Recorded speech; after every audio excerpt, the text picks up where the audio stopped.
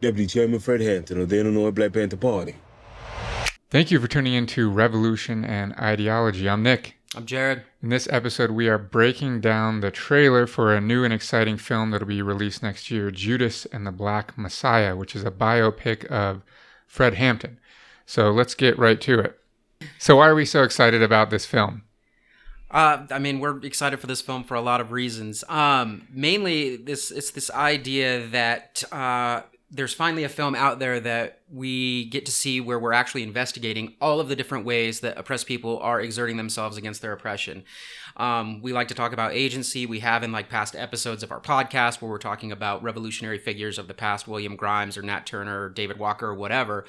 The United States is completely, at least in pop culture, bereft of true revolutionary narratives. And now finally it looks like somebody is willing to tell the story of someone exponentially more radical than the traditional civil rights leaders we're used to hearing about. Although Spike Lee's film X is amazing, it's been 20 some plus years since it came out. So finally we're getting something radical and revolutionary. And that's the big thing that a lot of people I don't think understand about Fred Hampton is this wasn't just traditional civil rights. This was full-blown revolutionary figure. And I don't want to spoil what people will learn about in the film, but the dude was a badass. Yeah. And so I think it's important that we get to tell his story and again create new heroes for a new generation and maybe motivate some more radical agency today. 100%. And I think, first off, we have to say there's going to be spoilers because we're going to talk about what happens in Hampton's life. So if you want to go in without knowing anything about Fred Hampton, you probably should turn off now.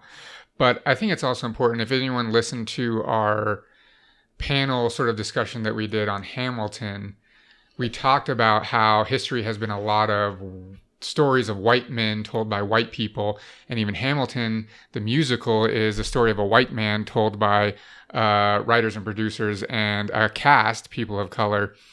This is the story of a hero of color, like you said, a revolutionary hero, obviously told and performed by people of color. So this is the next iteration of what we would want to see. And this is coming from a major studio, which is, I think, the difference that we really haven't seen before. Like you said, Spike Lee's film, and there's been a handful, but this is one in the modern times that is unique for sure. The icons of a culture really define that culture, and now it's time for us to really change our icons. Yep. Enough old white dudes. It's time for us to change our icons. So this is just another amazing opportunity for us to create a new icon that a lot of people surprisingly just don't really know about. They know all they're fed is Dr. King during the Civil Rights era, and sometimes a little bit of Malcolm X if they're lucky, and that about rounds it out. So this is going to be super awesome. Yeah, even in our class on Revolution, when I do the lecture on the Black Panthers, I'm willing to bet half the people in the room have no idea what we're talking about at this point, which is sad. Deputy Chairman Fred Hampton of the Illinois Black Panther Party. I'm the Deputy Chairman of the state of Illinois Black Panther Party, Fred Hampton. So who was Fred Hampton anyway? We see in the trailer that Hampton is being played by Daniel Kaluuya, who was nominated for an Academy Award for his role in Get Out. He's also been in numerous films, Black Panther, Queen, and Slim. I was first introduced to him, as I'm assuming you were, in the Black Mirror episode, 15 Million Merits, which is still one of my favorite episodes. Yeah. And he does a super good job in that. So he's who's playing Fred Hampton. Fred Hampton was an organizer for the NAACP in Chicago, who, when the Black Panther movement really started getting going, he became influential, obviously, in that movement. One of the sort of iconic moments in his story is Bobby Seale, another famous Black Panther, obviously, is in the middle of a trial, and Fred Hampton gives a speech out in front of the courthouse that is just incredible. But anyways, Fred Hampton's he's 21 years old when he gets killed by the police. Spoiler alert, we'll talk about that in a second. So he's basically a young kid he's a community organizer in Chicago, hugely charismatic, a powerful speaker. There's footage of him speaking all over YouTube and stuff you can find if you're curious. And he really becomes a leader within the Black Panthers. His official title, he becomes eventually chairman of the Illinois chapter, which then makes him a deputy chairman of the National Black Panther Party, organization. He, as we see in the trailer, emphasizes, like Jared said, full revolution. This isn't like a liberal movement. This isn't reform of any kind. Like Fred Hampton is a self-proclaimed revolutionary, a socialist revolutionary. He also emphasizes unity in the movement, which is really, really important. But we'll get to that more in a second. As a result of just his charisma, his speaking ability, and sort of his role in the positions, he rises to national prominence. I don't want to say like overnight because that's never true, but he comes under the national radar like in a very short period of time. And he shows up on the FBI's radar, which we'll talk about in a second. So that's really a nutshell on Fred Hampton. We could go on and on about Fred Hampton as an individual, but that's the figure that we're seeing. That's the movie's job. Yeah, that's the movie's job. Yeah. That's the figure that we're seeing depicted in this film. Repeat after me. I am a revolutionary. I am a revolutionary. I am a revolutionary. I am a revolutionary. I am a revolutionary.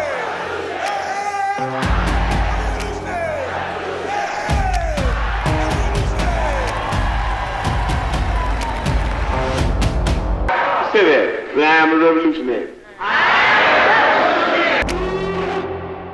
You're looking at 18 months for the stolen car, 5 years for impersonating a federal officer, or you can go home.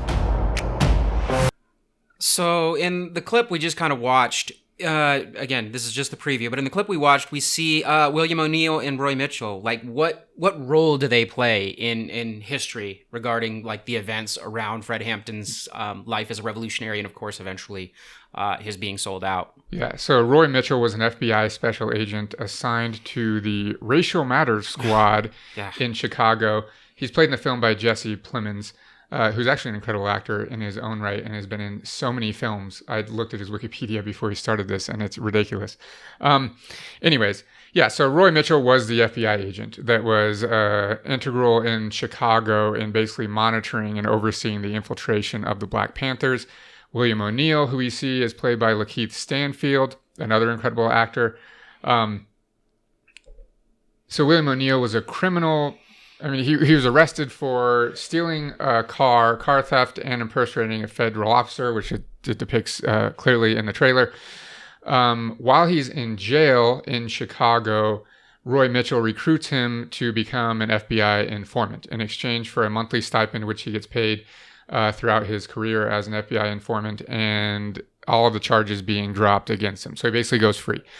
The film, I think, probably depicts it. I get the idea that it depicts it as if he's already a member of the Black Panthers and then gets recruited by Mitchell. Actually, he was recruited by Mitchell to be an FBI informant before he was a member of the Black Panthers.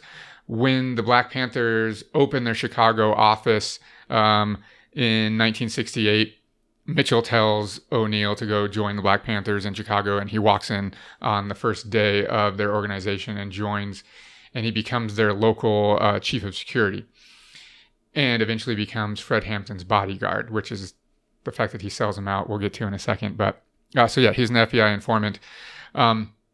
Interestingly, O'Neill encourages throughout this time the Panthers to acquire weapons, both legally and illegally, and kind of encourages them to take part in violent behavior. So not only is he like providing information for the FBI, but he's actively working on the FBI's behalf to try to get the Panthers to do like illegal, more radical things to excuse what the FBI has planned. Exactly. Yeah.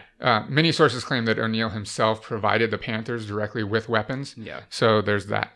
Interestingly, people have been trying to get O'Neill's FBI file released since 2017. He died in, I have it here, I don't remember the year, the 1990. He dies in 1990. So someone submitted a formal Freedom of Information request to the FBI in 2017 to get O'Neill's file released. And it's been ongoing since then. The FBI responded basically and said that there's sensitive information in this file. So It's been assigned to a government information specialist for further processing. And then that's where it stood. They did acknowledge in one of the letters that I read that his file is over 7,000 pages.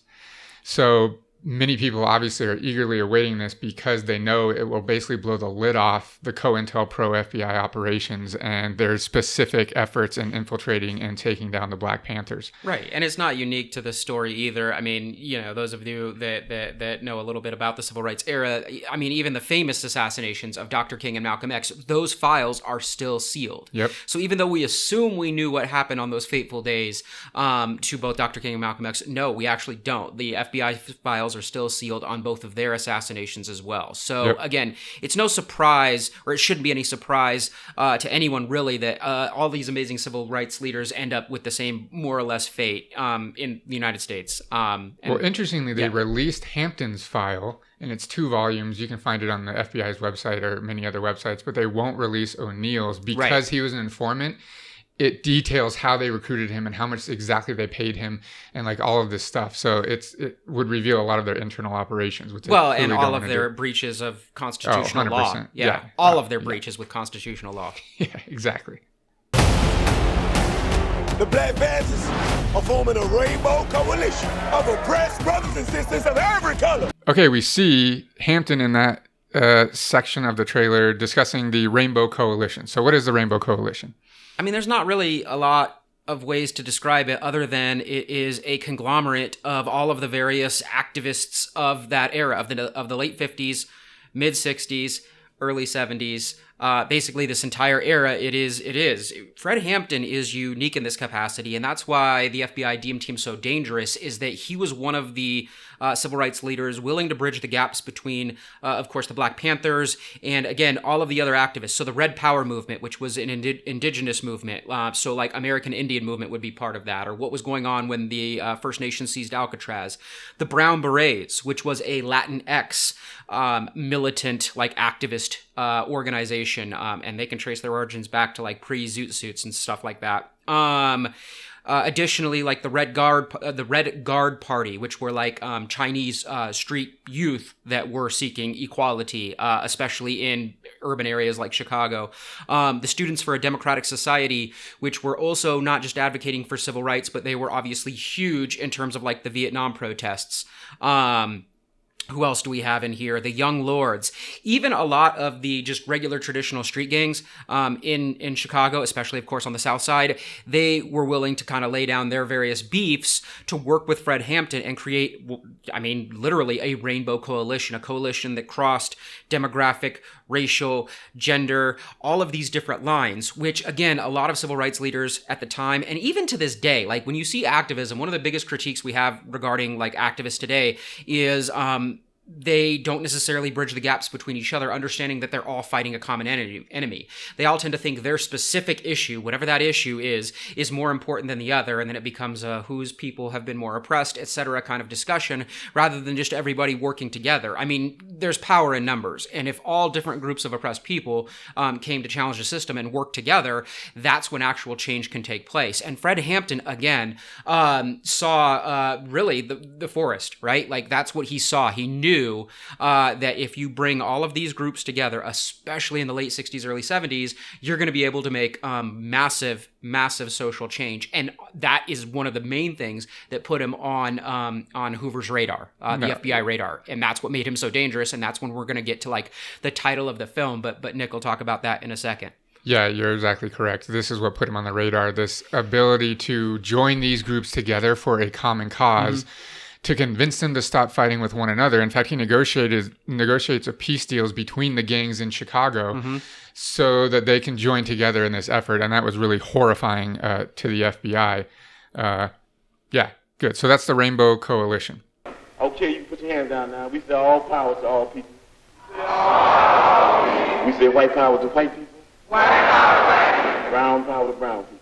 Brown power to brown people. Yellow power to yellow people. Yellow power to yellow people.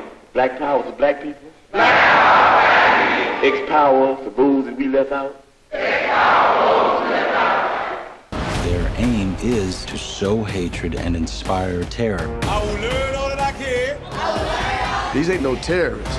All right, so we see in that clip Fred Hampton talking to a room full of kids in what we assume is a cafeteria. I'm going to assume it's a cafeteria because I know what they're talking about. Why is this scene here, and why is this important to the Black Panther story? The Black Panther story is so warped in K through 12 classrooms, in popular culture, predominantly among the super cliche like white populists. They think it's like a militant like movement that is like anti-American and against all these American values, and as we even see in the clip, labeled as a terrorist organization, when this is really just an organization that is basically self-created by the black community to serve the black community, because society as it existed then and arguably now is not serving the black community. So in this whole ideal of American rugged individualism and pulling oneself up by their bootstraps, you would think that Americans would respect the Black Panther Party, because that's essentially what they did. They're like, well, society doesn't appreciate us. Still dealing with segregation in places, police brutality, socioeconomic inequality, all of those things existed and still do exist.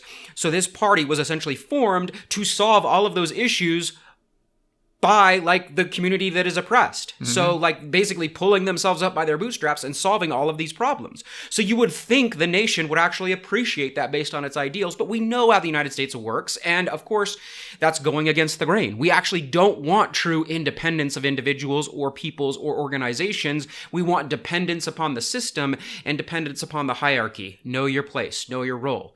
So the cafeteria here is important. One example of what the Black Panthers did is they fed people. We always see images of them with like a weapon or in the berets and the coats hanging outside of a building looking intimidating. That's not really what the Panthers did most of the time. They took care of the community. So they had free breakfast programs, free lunch programs. In fact, very few Americans know this, but the free breakfast programs that like public schools use now, it's the Panthers that started that process. It is the Black Panthers that started free breakfast programs that eventually public schools began to follow. Yeah, I have here in 1968, the Panthers fed over 20,000 children in 19 different communities. Right. They had clothing and food drives, and that wasn't just for like the black community. That was for anyone in these, and I think they have chapters in like 68 cities. I have somewhere here, Denver, San Francisco, or excuse me, Oakland. I shouldn't say San Francisco. Well, maybe San Francisco. They probably have one in San Francisco as well, but they're right next to each other. But anyway, you get the idea. They had these programs, and again, anybody was able to access like these resources that the Panthers were able to pull together. So clothing and food drives. They had free health clinics, because we know how healthcare in the United States works is an embarrassment. So they had free clinics for these individuals to be able to come and essentially for any reason, sickness, pregnancy, all of these types of things, they were able to take care of people.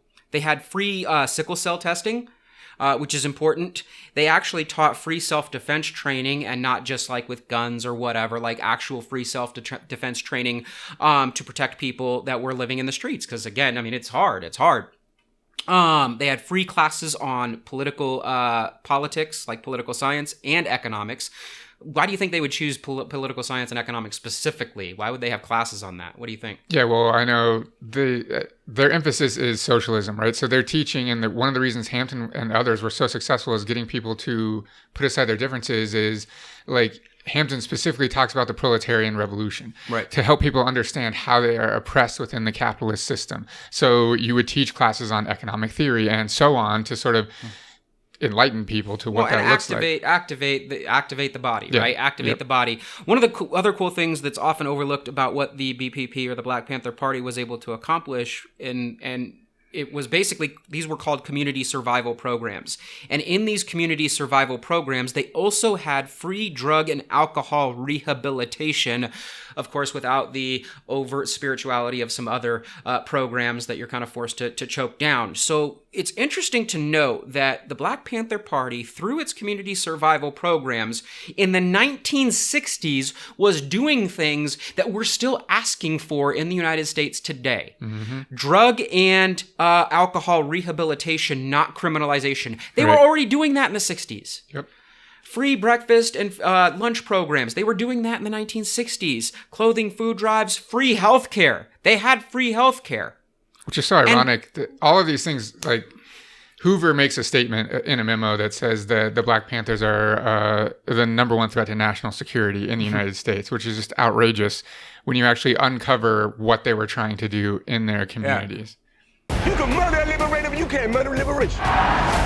You can murder a revolutionary, but you can't murder revolution. And you can murder a freedom fighter, but you can't murder freedom. That you can jail a revolutionary, but you can't jail a revolution.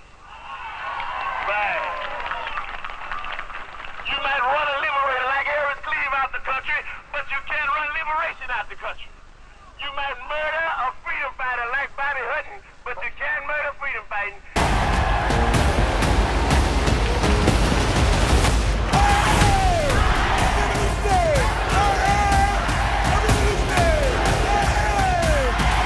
So that last clip, kind of towards the end, we see, again, it's just the preview, but we already know the story of Hampton. I mean, that's our job to know. And we see what we assume is the cops just busting into his apartment. And this is probably the fateful evening where this man is, to be blunt, murdered by the state. Yeah. I mean, there's no other way to put it. He was murdered by the United States. Yeah. I'm not going to go into super detail because it's like the whole assassination is really, really long, and we'll do a full episode on it later on. But yeah, as Jared says, Fred Hampton is killed by law enforcement.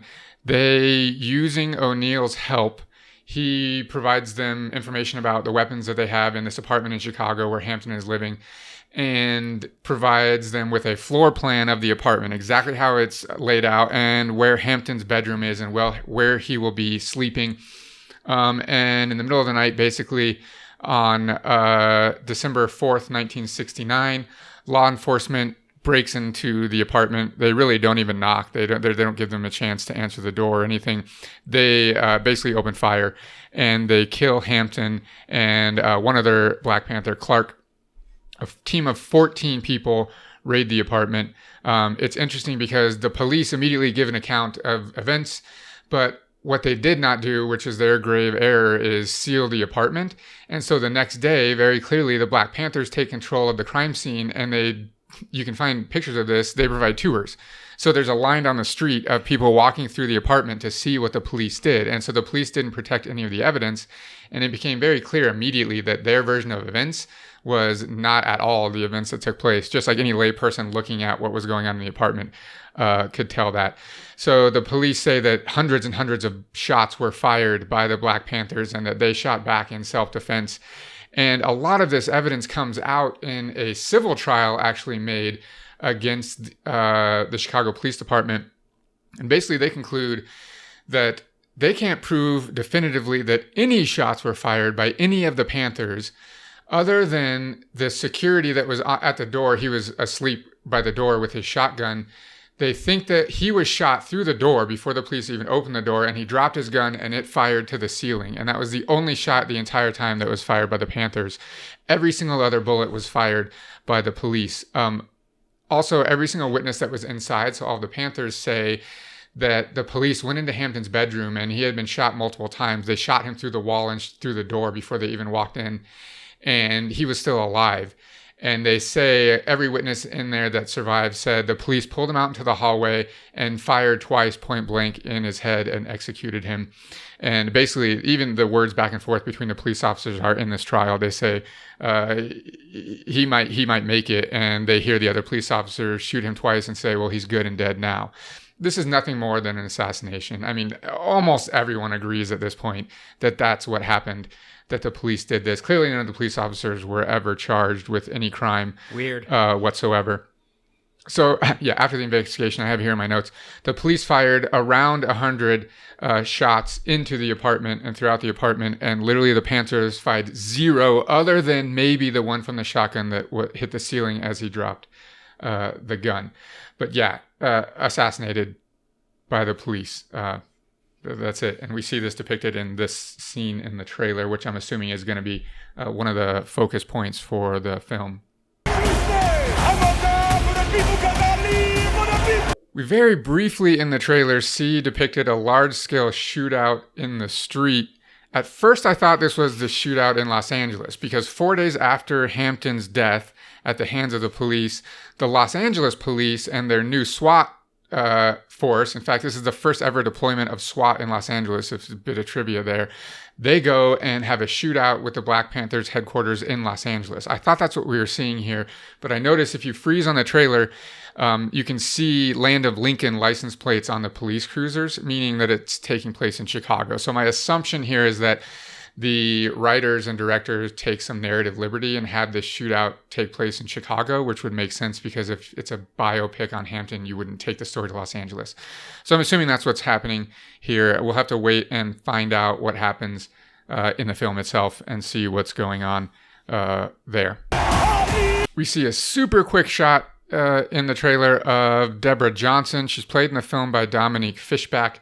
Johnson was Fred Hampton's fiance at the time that he was murdered, and in fact, she is 8 or 9 months pregnant with his child and laying in bed next to him when he's assassinated in the shootout in the apartment.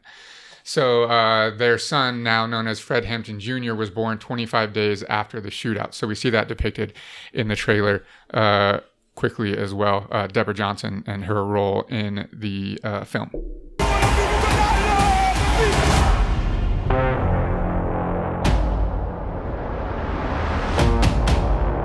So, why'd they choose this title? Why is this film called Judas and the Black Messiah? Yeah, this is interesting because people would probably think this is like a piece of propaganda and Hampton has a messiah, but this term actually has origins. It comes directly from J. Edgar Hoover. So it's interesting that the FBI and the COINTEL program must be part of the story, because I didn't notice this at first until I looked at the credits, but Martin Sheen is credited as playing J. Edgar Hoover, so he's got to be in the film. Hoover, if people don't know somehow, was the director of the FBI and oversaw the infiltration of the Black Panthers and all activists actually at the time, not just the Panthers. Organization of Women, Brown Berets, American Indian Movement, the FBI. So he's overseeing all of this nationally.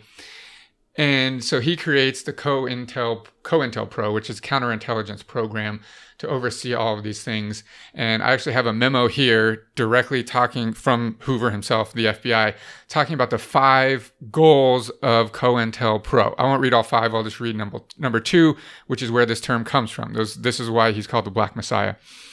Number 2, the goal of COINTEL Pro is to prevent the rise of a messiah who could unify and electrify the militant Black nationalist movement. So goal number 2 of the COINTEL program is to prevent the rise of a Black messiah. He continues and says, Malcolm X might have been such a messiah. He is the martyr of the movement today. Martin Luther King, Stokely Carmichael, and Elijah Muhammad all aspire to this position. Elijah Muhammad is less of a threat because of his age. King could be a very real contender for his position, should be blah, blah, blah. He continues. Interestingly, so the FBI assassinates Martin Luther King 8 months later, and basically they drive Carmichael out of the United States, so he goes into exile as a result of their meddling in Black Panther affairs. So they're both gone. And then Hampton rises to prominence at this point. So at this time in this memo, Hoover's not talking about Hampton specifically, but he is afraid of this sort of messiah rising to be able to lead the people. And as soon as Dr. King and Carmichael are basically out of the picture, it's Hampton who fills this role, who would be the next person in charge. And interestingly, Hampton... That was James Earl Ray for Dr. King. Yeah. Hampton was set to rise to a position within the National Party of the Black Panthers. He actually had just gone out and met with the National Party. And so if he hadn't died, he would have very quickly risen to be the leader of that at a national scale. So this is the Black Messiah that Hoover is talking about. So that's where the title uses this term Messiah. Judas very clearly is William O'Neill, who sells out Fred Hampton to the FBI, resulting in his death. So that's the title, Judas and the Black Messiah.